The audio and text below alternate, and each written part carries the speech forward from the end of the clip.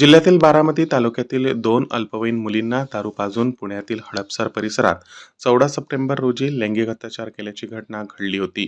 या प्रकरणी 4 आरोपींना पोलिसांनी अटक केली होती. त्या आरोपींकडे अधिकचा तपास केल्यावर आणखी 7 जणांनी अल्पवयीन मुलींवर अत्याचार केल्याची माहिती समोर आली आहे.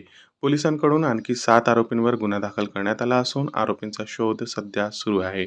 या प्रकरणी एकूण आरोपींची संख्या आता 11 झाली आहे. यामुळे एकच खळबळ उडाली आहे. ज्ञानेश्वर भारत आटोळे, अनिकेत प्रमोद बेंगारे, यश उर्फ सोन्या शिवाजी आटोळे, जय उर्फ जयेश अशोक मोरे या 4 आरोपींना सुरुवातीलाच अटक करण्यात आली होती.